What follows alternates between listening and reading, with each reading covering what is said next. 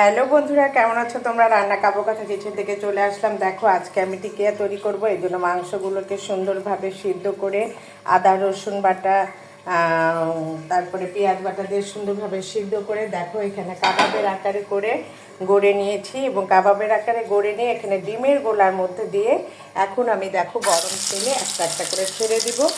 আর এর মধ্যে দিয়েছি পেঁয়াজ কুচি, আবার পেঁয়াজ কুচিও দিয়েছি, মরিচের কুচি দিয়েছি, তারপরে সব রকমের মশলা একটু একটু করে দিয়েছি। আর ডিমের মধ্যে চুবিয়ে এটাকে আমি দিচ্ছি। দেখো আমি আগের থেকে কড়াইটা বসিয়ে রেখেছিলাম এবং গরম হয়ে গিয়েছে। দেখো কি সুন্দর কালার হচ্ছে।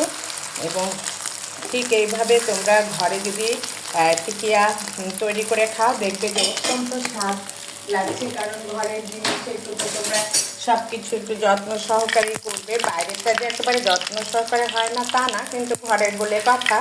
আর দেখো এভাবে টিকিয়া করে তোমরা ফ্রিজে সংরক্ষণ করেও রাখতে পারবে।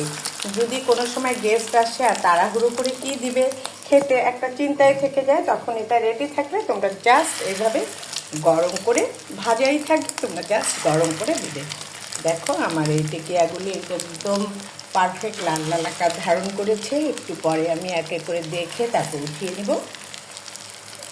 এই টিকিয়া তৈরির জন্য লাগছে প্রথমে দেখো মাংসগুলোকে আমি সিদ্ধ করে আদা রসুন পেঁয়াজ বাটা দিয়ে সিদ্ধ করে এরকম আমি শিলপাটায় ম্যাশ করে নিয়েছি এবং এখানে আমি দিয়েছি পুদিনা পাতা, লবণ, তারপরে পেঁয়াজ বেরেস্তা করে দিয়েছি। দিয়ে দেখো ঠিক এইভাবে গোল আকারে করে তারপরে দেখো ডিমের যে একটা তৈরি ফেটে নিয়েছি এখানে এখানে আমি এক এক করে চুবিয়ে তারপরে এখানে আমি ভেজে নিচ্ছি। এই কাবাবটা তোমরা যদি পোলাও এবং ভাত এর সাথে খেতে চাও, দেখবে যে অত্যন্ত সুস্বাদু লাগছে এবং তোমরা পরোটার সাথেও খেতে পারো।